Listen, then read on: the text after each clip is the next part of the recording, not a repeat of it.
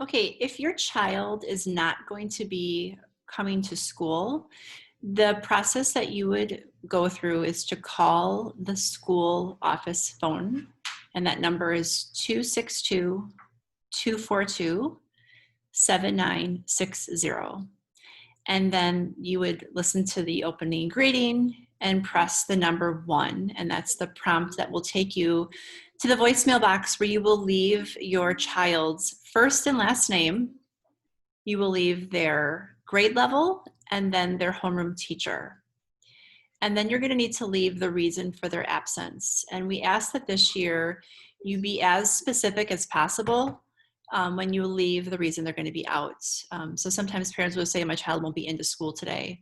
We need to be tracking the data if it's a COVID specific illness for sure, or a possible COVID specific illness. But it's helpful to know why they're home.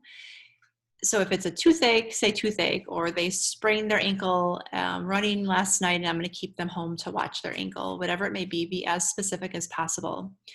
Now I'm showing you this screen because we ask that if it's a COVID related illness, so whether they have COVID or they're displaying symptoms of COVID or someone in your family is and you're keeping them home as a precaution, that you log on to our website, and it's just lcsaints.org. And then you fill out a form that's going to help us log this data. So if you click on current families, the first item on that pop-down menu is notify school of potential COVID. So once you click there, you're taken to this screen, and then just select this link and you'll be taken to a really short, quick Google form that just asks for your name and email address, and then your child's first and last name. And then what's the current situation? So just select that situation, and then that will log it for us. We have been blessed that there have not been many students who are out with possible symptoms or exposure. But if this does increase, this helps us to have every child in a spreadsheet to know who's home for what reason and how long that quarantining or that absence from school needs to be.